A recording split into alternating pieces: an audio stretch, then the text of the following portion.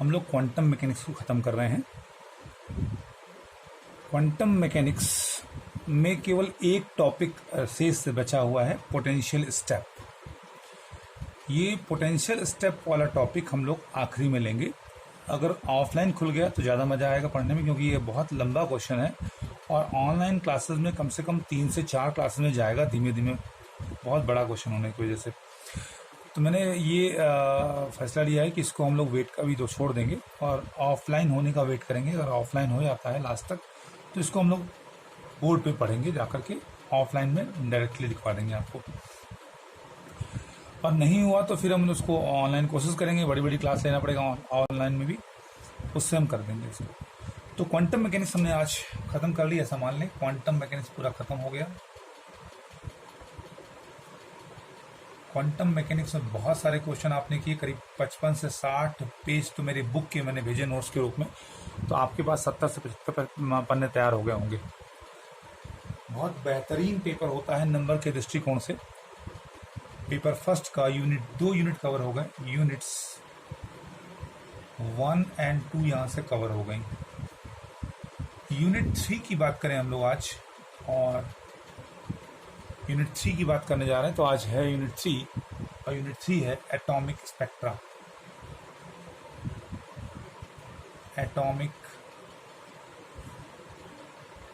Spectra, unit 3 atomic spectra आज का topic. और आज हम लोग पोटेंशियल स्टेप छोड़ने के बाद, यूनिट 3 पोटेंशियल स्टेप को छोड़ने के बाद यूनिट 3 शुरू कर रहे हैं, एटॉमिक स्पेक्ट्रा। इसमें जो पहला हेडिंग हमारा बनता है, या पहला चैप्टर जो बनेगा फर्स्ट चैप्टर है bore atomic model. Bore atomic model बढ़िया चैप्टर। पहली हेडिंग बहुत आसान हेडिंग, बेसिक पोस्टुलेट्स क्या होते हैं। बेसिक पोस्टुलेट्स, बेसिक पोस्टुलेट्स क्या है। बोर थ्योरी के बोर ने क्या इलेक्ट्रॉनों की संरचना या इलेक्ट्रॉनों के न्यूक्लियस के चारों तरफ जो अरेंजमेंट है उसके बारे में क्या बताया, क्या उनकी परिकल्पना थी। क्योंकि आपने इससे पहले पढ़ा है रदरफोर्ड, सोमरफील्ड, तमाम ऐसे मॉडल थे जो इलेक्ट्रॉनों की संरचना, इलेक्ट्रॉनों के कॉन्फ़िगरेशन को क्लियर नहीं कर पा रहे थे, और सभी के सभी मॉडल किसी एक ही कारण पर आकर फेल हो रहा था। वो कारण भी हम डिस्कस करेंगे अभी। और आज हम पोस्टुलेट्स की बात करेंगे कि फाइनली बोर ने क्या पोस्टुलेट हमारे सामने, क्या अभिधारणा हमारे सामने रखी, जिसको हम अभी तक मानते हुए चले आ रहे हैं। हालांकि क्वांटम मैकेनिक्स के दौरान भी एक टॉपिक आया था, बोर क्वांटाइजेशन कंडीशन, जिसमें हम लोगों ने इस बात को समझा था।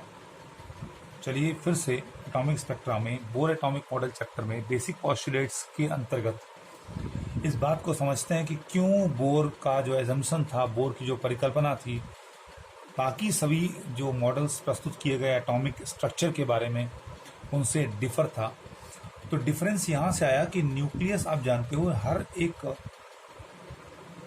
जिसमें जेड प्रोटॉन और प्रत्येक का चार्ज अगर ई है, क्योंकि न्यूट्रॉन प्रोटॉन बनाता है न्यूक्लियस, न्यूट्रॉन होता है न्यूट्रल, तो प्रोटॉनों की संख्या अगर जेड, प्रत्येक का चार्ज ई, तो जेड इंटू ई पॉजिटिव चार्ज न्यूक्लियस के अंदर रहता है, ऐसा हमको बताया गया है।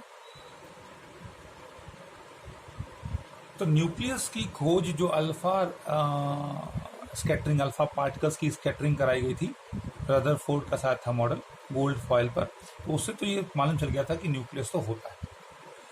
लेकिन इलेक्ट्रॉन्स की कंडीशन क्या होगी, इलेक्ट्रॉन्स कहाँ होंगे, तमाम ऐसे मॉडल रखे गए जिनमें ये बताया गया कि इलेक्ट्रॉन न्यूक्लियस के चारों तरफ रिवॉल्व करता है। तो इलेक्ट्रॉन्स न्यूक्लियस के चारों तरफ रिवॉल्व करते हैं, तो तमाम ऐसी थ्योरी आने लगी जो इस अभिधारणा को गलत ठहराने लगी कि इलेक्ट्रॉन न्यूक्लियस के चारों तरफ रिवॉल्व करता है। उन धारणाओं में से एक प्रमुख धारणा ये भी थी कि इलेक्ट्रॉन अपने आप में एक चार्ज पार्टिकल है। इलेक्ट्रॉन अपने आप में एक चार्ज पार्टिकल है। और अगर इलेक्ट्रॉन अपने आप में एक चार्ज्ड पार्टिकल है तो इलेक्ट्रोमैग्नेटिक थ्योरी ये कहती है कि कोई भी चार्ज पार्टिकल किसी पॉइंट को सेंटर मानकर अगर रिवॉल्व करेगा तो वो असलरेट करेगा, और असलरेट करेगा तो अपनी एनर्जी लॉस करेगा, रेडिएट करेगा। कैसे, मेरी बात को समझिए जरा।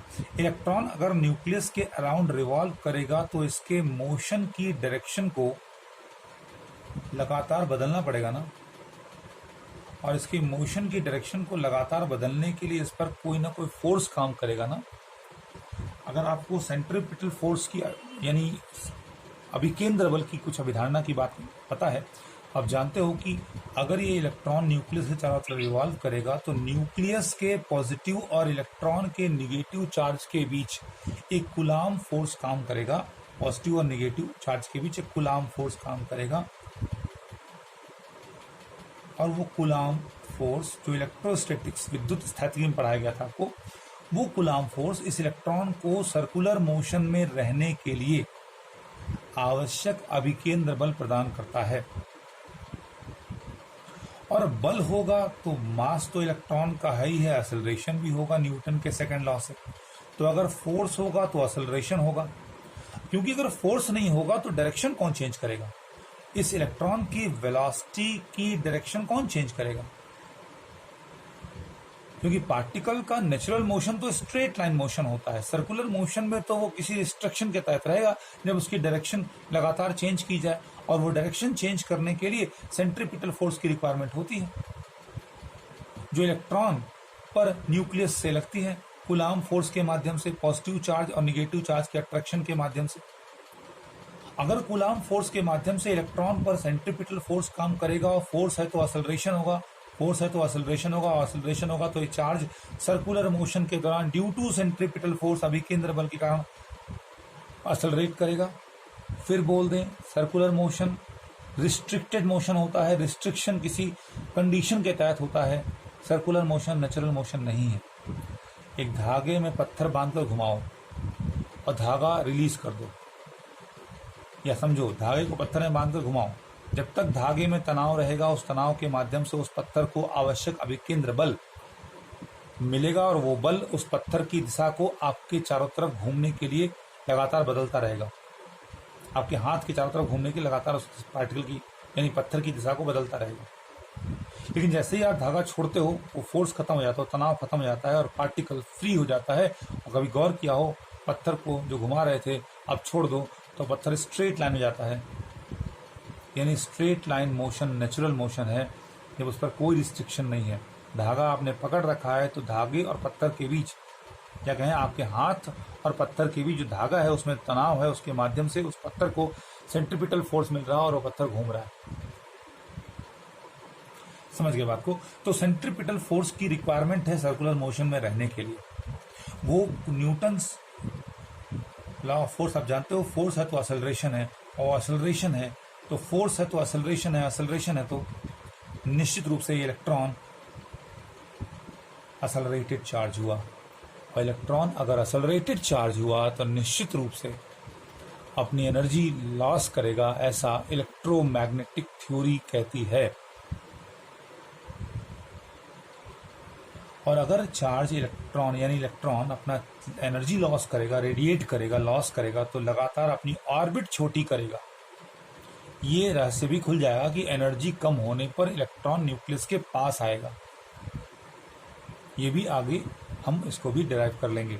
तो फिलहाल अभी फर्स्ट डे है, इसको मान के चलते हैं कि जैसे जैसे एनर्जी लॉस होगी ये न्यूक्लियस के पास जाएगा और आकर न्यूक्लियस में गिरेगा, और पॉजिटिव निगेटिव के मिलने से न्यूक्लियस का अस्तित्व खत्म हो जाएगा, विस्फोट होगा प्लस माइनस से। बोर ने अपना पॉस्टुलेट एक अभिधारणा रखी इन्हीं परिस्थितियों के प्रेजेंस में। उन्होंने कहा कि चार्ज पार्टिकल इलेक्ट्रॉन जब रिवॉल्व करेगा तो अपनी एनर्जी रेडिएट नहीं करेगा, इलेक्ट्रोमैग्नेटिक थ्योरी को नहीं मानेगा, इवन वो चार्ज पार्टिकल है, अगर वो एक कंडीशन है, अगर इलेक्ट्रॉन का मास m, वेलोसिटी v और उसका रेडियस r यानी mvr का मल्टीपल, जिसको आप ऑर्बिटल एंगुलर मोमेंटम कहते हो, ये equal to integral multiple of h upon 2 pi हो जाता है। ये पहला पॉस्टुलेट है।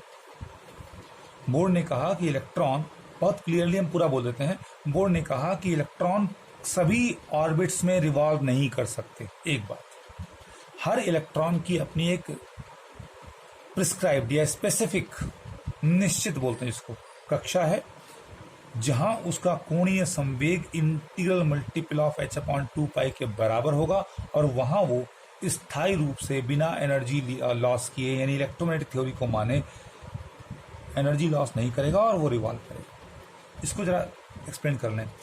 देखिए, हर अलग अलग ऑर्बिट का रेडियस अलग अलग होता है, तो r अलग अलग होगा। हर अलग अलग ऑर्बिट में इलेक्ट्रॉन की वेलोसिटी भी वेरी करेगी, इसलिए v वेरी करेगा। तो v और r दोनों वेरी करेंगे रेडियस टू रेडियस, अलग अलग ऑर्बिट टू ऑर्बिट, तो l वेरी करेगा। अगर इलेक्ट्रॉन पहली ऑर्बिट में है तो n को बोलते हैं प्रिंसिपल क्वांटम नंबर। n जो होता है वो क्या होता है? प्रिंसिपल क्वांटम नंबर, ये इंटीजर है। अगर इलेक्ट्रॉन पहली ऑर्बिट में है तो उसका एक स्पेसिफिक मास, इलेक्ट्रॉन का मास तो फिक्स रहता है, एक स्पेसिफिक रेडियस होगी, एक स्पेसिफिक वॉल्यूम होगा और mvr यानी l होगा। और integral multiple of h upon 2 पाई तो 1 इंटू h अपॉन 2 पाई। ये है पहला पॉस्टुलेट। इलेक्ट्रॉन अगर दूसरी ऑर्बिट में है तो mass into velocity into radius of the second orbit, यानी सेकंड ऑर्बिट में उसका angular momentum 2 into h upon 2 पाई, यानी integral multiple of h upon 2 pi second orbit के, ऐसा होना चाहिए। बात समझ रहे हैं? तो इस तरह इलेक्ट्रॉन के स्थायी कक्षा की बात की गई और इस कंडीशन को जिस भी, या ये कंडीशन इलेक्ट्रॉन के लिए जिस भी ऑर्बिट में फॉलो होगी, 1 2 3 4, वहां पर इलेक्ट्रॉन प्रेजेंट रहेगा। वही उसकी अलाउड ऑर्बिट होगी, परमिसिबल ऑर्बिट होगी, जहां वो रिवॉल्व करते समय एनर्जी लॉस नहीं करेगा। एक दूसरी बात, तो इलेक्ट्रॉन एनर्जी कब लॉस करेगा? इलेक्ट्रॉन एनर्जी केवल और केवल तभी लॉस करेगा जब वो अपनी ऑर्बिट चेंज करेगा। इलेक्ट्रॉन एक हायर ऑर्बिट से किसी लोअर ऑर्बिट में आएगा तो दोनों स्टेट्स के डिफरेंस के बराबर की एनर्जी को, इलेक्ट्रॉन जब किसी हायर ऑर्बिट से आता है, हायर ऑर्बिट से हायर एनर्जी के इनिशियल स्टेट से लोअर एनर्जी के फाइनल ऑर्बिट में आता है, तो दोनों स्टेट्स के डिफरेंस के बराबर की एनर्जी को, जहां चला वो हाई एनर्जी स्टेट है, जहां पहुंचा फाइनली वो लोअर एनर्जी स्टेट है, दोनों स्टेट्स के डिफरेंस के बराबर की एनर्जी को एच न्यू के रूप में लॉस करेगा।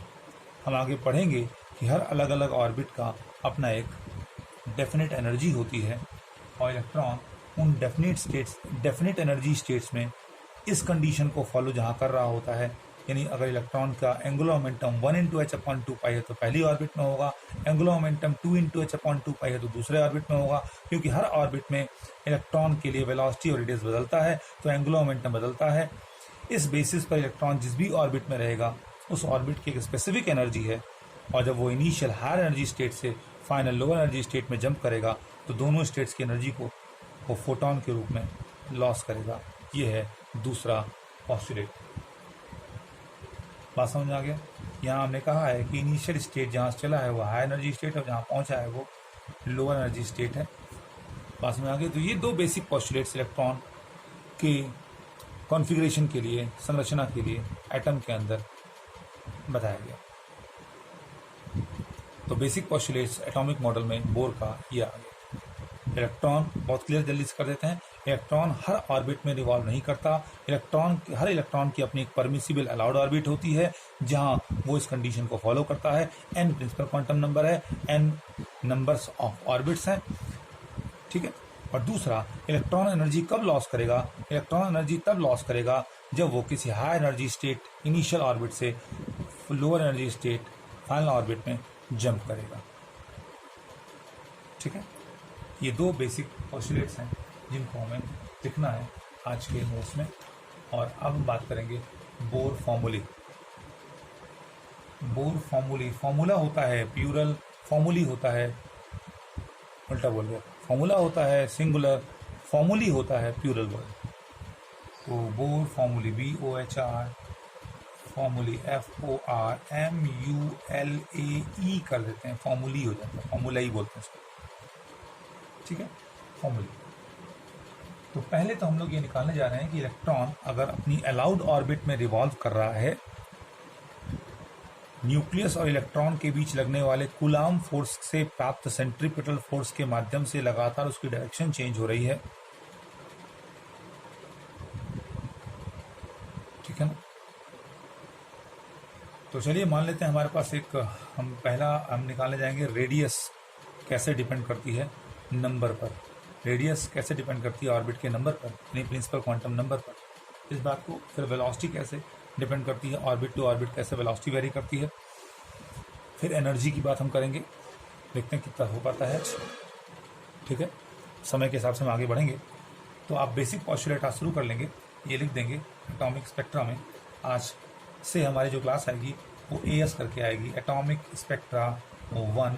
आज से क्लास इस तरह आएगी, एटॉमिक स्पेक्ट्रा 1। 18 या 19 क्लास हो चुकी हैं आपकी, तो अब आएगी AS1, AS2 ऐसे क्लासेस आएंगी, ठीक है। तो एटॉमिक स्पेक्ट्रा 1 टर्म खत्म हो चुकी है। चलिए बोर फॉर्मूले में पहला हम फॉर्मूला डिराइव करने जा रहे हैं।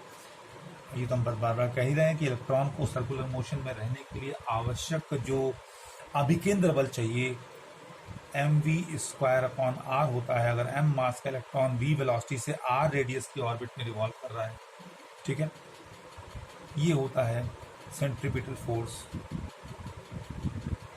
सेंट्रीपिटल फोर्स ये कहां से मिल रहा है इलेक्ट्रॉन को? 3 बार तो बोल चुके हैं आज क्लास में, न्यूक्लियस के पॉजिटिव और इलेक्ट्रॉन के निगेटिव चार्ज के बीच लगने वाले कूलाम फोर्स। यानी ये जो फोर्स मिल रहा है वो कहां से मिल रहा है? mv²/r जो मिल रहा है वो मिल रहा है 1/4πε0 न्यूक्लियस का चार्ज Ze पॉजिटिव, इलेक्ट्रॉन का चार्ज। अच्छा, जब कूलाम फोर्स लेते हैं ना तो हम मॉड लेते हैं दोनों का, पोटेंशियल में नेगेटिव साइन लेते हैं। तो चार्ज E इलेक्ट्रॉन का अपॉन बीच की दूरी r का स्क्वायर, ये तो हुआ कूलाम फोर्स हुआ ना।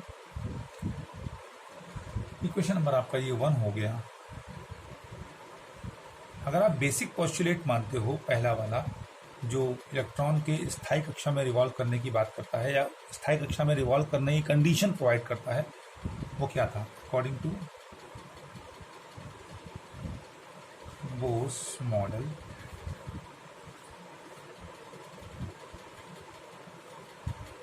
क्या पढ़ा हमने? mvr equal to mass of electron, velocity of electron, radius of electron in an specific orbit. चलिए नंबर n है उसका ऑर्बिट का, NH/2π, यही तो है। यहाँ n इक्वल टू कितना है? 1 2 3 4 है, प्रिंसिपल क्वांटम नंबर है। बात समझ गए?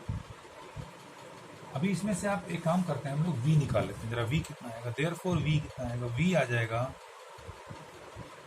NH/2π mr, ये तो आएगा। इसको इक्वेशन नंबर 2 डाल दीजिए और इस v का मान यहाँ पुट कर दीजिए। इस v का मान यहाँ पुट करते हैं, substituting the value of v in equation 1 left side में।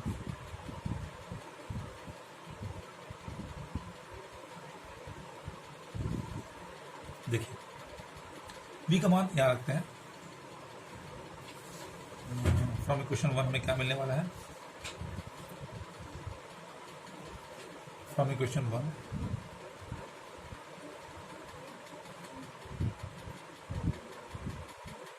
तो देखिए आपके पास m यहाँ पर है अपॉन r होगा, जहाँ v है वहाँ v का मान रखिए। पूरा पूरा क्या होगा? n² होगा, h² होगा, अपॉन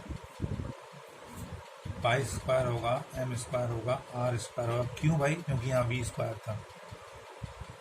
इक्वल टू 1/4πε0, यहाँ आ जाएगा Ze² अपॉन r², ठीक है।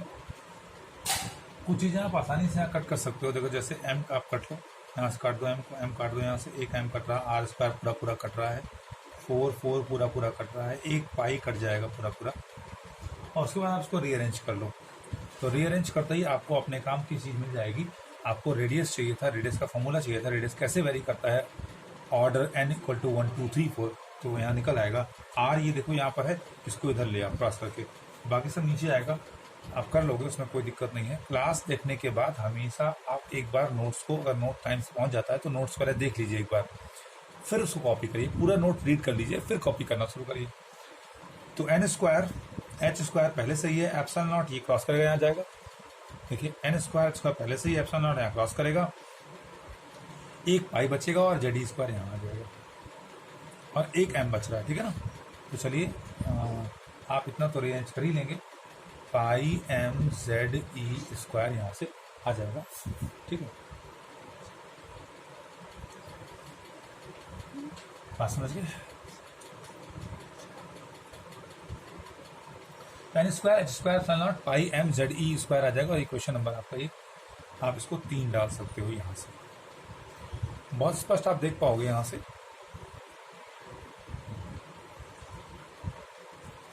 देखिए आप यहाँ देख पाओगे रेडियस ऑफ परमिसिबल ऑर्बिट क्या आ गया 10। इलेक्ट्रॉन अगर अपनी परमिसिबल ऑर्बिट में है, जहां वो कंडीशन को फॉलो कर रहा, तो वहां रेडियस क्या होगा 10। Radius of PERMISSIBLE permissible orbit, radius of permissible orbit r suffix में n क्या होगा, r सफिक्स में n इसलिए कह देते हैं क्योंकि ऑर्डर n पर डिपेंड कर रहा है। तो nth ऑर्बिट में रेडियस ये है, तो n square h square upon epsilon naught, sorry n two epsilon naught upon में क्या हो जाएगा pi m z e square, ठीक है। ये आपको फॉर्मूला मिल जाएगा nth ऑर्बिट के परमिसिबल ऑर्बिट, nth ऑर्बिट की परमिसिबल, या कहें कि nth परमिसिबल ऑर्बिट के लिए। यहाँ से निष्कर्ष ये निकला कि nth परमिसिबल ऑर्बिट में जो, या जो की जो रेडियस है वो ऑर्डर के स्क्वायर के प्रोपोर्शनल है, यानी जैसे जैसे ऑर्डर बढ़ेगा रेडियस स्क्वायर से बढ़ेगा, यानी पहली ऑर्बिट 1 स्क्वायर, दूसरी ऑर्बिट 2 स्क्वायर, तीसरी 3 स्क्वायर, यानी ऑर्डर के स्क्वायर से बढ़ेगा रेडियस ऑर्बिट्स का। तो रेडियस बढ़ेगा तो निश्चित रूप से हर अलग अलग ऑर्बिट में क्या होगा, एंगुलर मोमेंटम भी बदल जाएगा, ठीक है ना।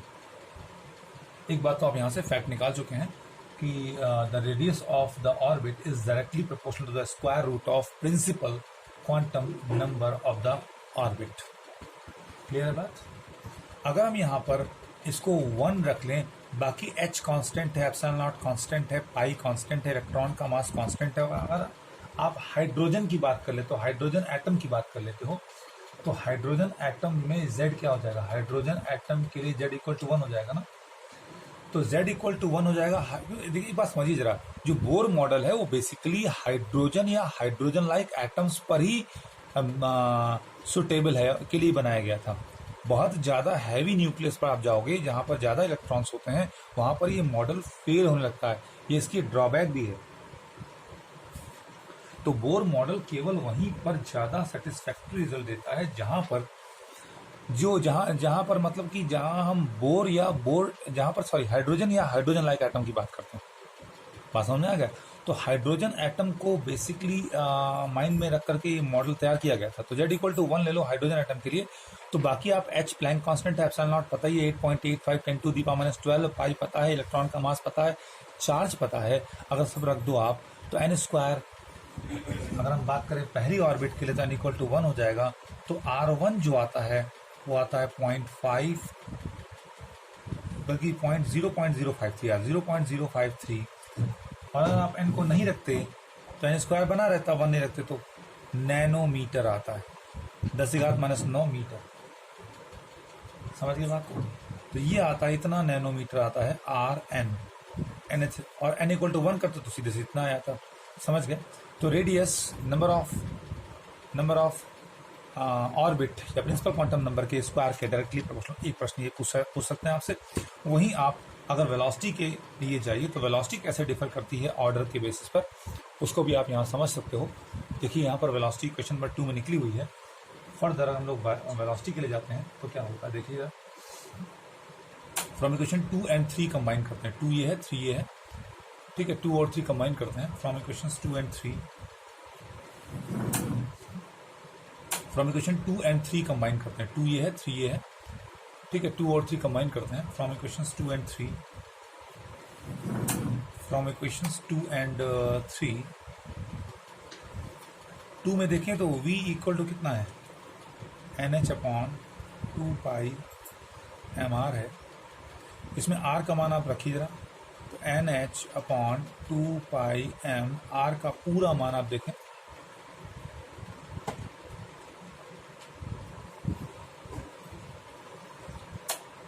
तो पूरा मान क्या होगा, देखिए पूरा मान आएगा r का n स्क्वायर h स्क्वायर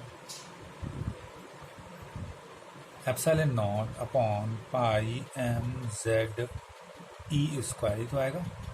इसमें जो कट रहा है वो काट दीजिए, तो फाइनली आएगा आपके पास, मेरे ख्याल से बहुत कुछ कट रहा है, n भी कटेगा, h भी कटेगा, यहाँ से NH कटेगा, m कट जाएगा, 2 कट जाएगा, पाई 2 नहीं कटेगा, 2 रहेगा, m कटेगा, तो ZE स्क्वायर ऊपर जाएगा, ZE स्क्वायर ऊपर जाएगा अपॉन NH एप्सिलॉन नॉट आएगा ना।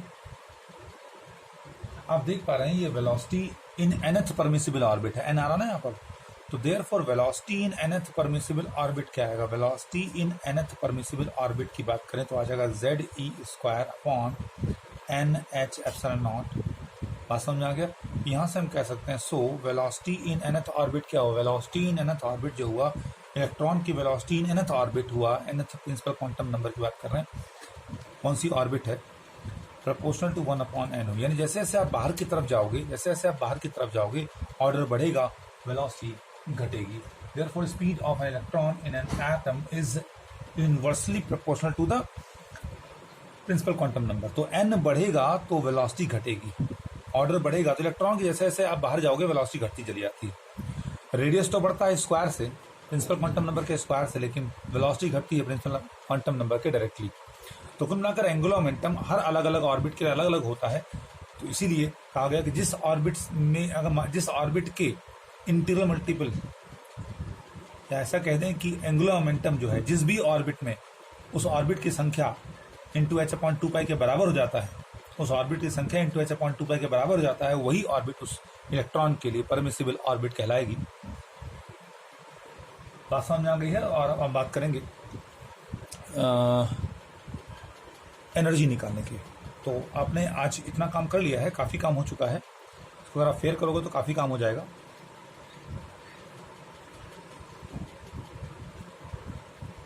इसे आप फेयर करिएगा, कोशिश करेंगे आज संडे, आप बीच में कल गड़बड़ हो गया, हमसे कल भेज देना चाहिए, संडे कल था, हमको भेजना चाहिए था, लेकिन जो कोशिश करते हैं कि आज अगर बन जाता है तो पिछला पूरा लिस्ट बना देंगे, क्वांटम मैकेनिक्स में पूरी लिस्ट बना के आपको दे देंगे। क्वांटम मैकेनिक्स में कितने टॉपिक्स हो उनकी लिस्ट अगर बना देते हैं तो आज बन जाता है, तो देखिए कल संडे गुजर गया, ध्यान नहीं दिए, बन जाता है तो हम आपको बना के आज भेजने की कोशिश करते हैं, पहले ही नोट सेंड करते हैं। तो आपने पढ़ लिया कि बोर एटॉमिक मॉडल में पहले तो बोर बेसिक पोस्टुलेट पढ़ा गया, जिसमें बोर ने बताया कि न्यूक्लियस के चारों तरफ इलेक्ट्रॉन हर पॉसिबल ऑर्बिट में रिवॉल्व नहीं कर सकता, बल्कि हर इलेक्ट्रॉन का अपना एक स्पेसिफिक ऑर्बिट होता है, एक अलाउड ऑर्बिट होता है, जिसमें वहां पर बिना एनर्जी लॉस किए वो रिवॉल्व करता है। और वो कंडीशन या वो ऑर्बिट, वो स्पेसिफाइड ऑर्बिट या वो अलाउड ऑर्बिट की कंडीशन ये होती है, ठीक है ना। क्यों एनर्जी लॉस करता है, मैंने बताया शुरू में। इलेक्ट्रॉन एनर्जी लॉस कब करेगा, जब इलेक्ट्रॉन अपनी ऑर्बिट चेंज करेगा, किसी हायर एनर्जी के इनिशियल ऑर्बिट से किसी लोअर एनर्जी के फाइनल ऑर्बिट में जंप करेगा तो वो अपनी एनर्जी लॉस करेगा। निश्चित रूप से इलेक्ट्रॉन में दो तरह की एनर्जी होती है, काइनेटिक और पोटेंशियल, वो हम बात करेंगे। बोर फॉर्मूले में आपने दो हेडिंग पढ़ी, एक इलेक्ट्रॉन की रेडियस प्रिंसिपल क्वांटम नंबर पर, या ऐसे कहीं इलेक्ट्रॉन ना बोलते हैं, ऑर्बिट्स की रेडियस बोलते हैं, ऑर्बिट की रेडियस प्रिंसिपल क्वांटम नंबर से के रेस्पेक्ट में कैसे वेरी करती है, तो proportional to principal quantum number होती है रेडियस ऑफ nth ऑर्बिट, और इलेक्ट्रॉन्स की वेलोसिटी डिफरेंट ऑर्बिट में कैसे वेरी करती है, तो किसी nth ऑर्बिट में इलेक्ट्रॉन की वेलोसिटी उस ऑर्बिट के नंबर के इनवर्सली होती है। तो ये दो तीन चीजें आपके सामने आज आ गई। इन तीन निष्कर्ष के आधार पर आप आज क्लास बनाओगे, आज आप फेयर करोगे, और जो हमारी अगली हेडिंग होगी वो हम आज नहीं ले रहे हैं, क्लास काफ़ी बड़ी हो जाएगी, और आज हेडिंग ली तो फिर पहुंच जाएगी 50-55 मिनट की क्लास हो जाएगी। चलिए कोई जल्दी इतनी नहीं है, आप नोट्स बनाइए। नेक्स्ट क्लास में हम देखते हैं थर्ड टॉपिक हमारा आज का, मतलब हम बोर फॉर्मूले में ही रेडियस निकाल चुके हैं, वेलोसिटी निकाल चुके हैं।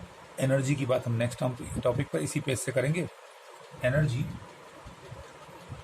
या कह सकते हैं टोटल एनर्जी क्या होगी किसी इलेक्ट्रॉन या किसी ऑर्बिट में। Total energy of an electron in N orbit, of an electron in N orbit, तो किसी ऑर्बिट में इलेक्ट्रॉन की टोटल एनर्जी क्या होगी, इस बात को हम लोग नेक्स्ट क्लास में लेते हैं, इसी क्रम में इसी पेज से। चलिए मिलते हैं नेक्स्ट क्लास में, तब तक इसको नोट्स बनाइए, और आज हम अगर लिस्ट बना पाते हैं तो आज ही सेंड कर देते हैं। क्वांटम मैकेनिक्स की पूरी लिस्ट आप उसको स्टिक कर लीजिएगा इंडेक्स शुरू में, जहाँ शुरू हुआ था फोटो इलेक्ट्रिक इफेक्ट, उससे पहले आप पूरी लिस्ट स्टिक कर लीजिएगा। उसमें पोटेंशियल स्टेप को भी सबसे आखिरी में डाल दीजिएगा, पोटेंशियल स्टेप आखिरी में डाल दीजिएगा। और एक काम और करिएगा, एटॉमिक स्पेक्ट्रा शुरू होने से पहले कम से कम 6 से 10 पेज छोड़ दीजिएगा पोटेंशियल स्टेप के लिए। आपके 6 इस तरह के कम से कम 5 पेज होने चाहिए, 5 पेज खर्च होंगे इस तरह के, सिंगल 1, 2 इस तरह करके 5 पेज से कम नहीं लगेगा, ठीक है, इतना छोड़ दीजिएगा। चलिए मिलते हैं नेक्स्ट क्लास में और आगे बढ़ते हैं इसी क्रम में। Bye bye.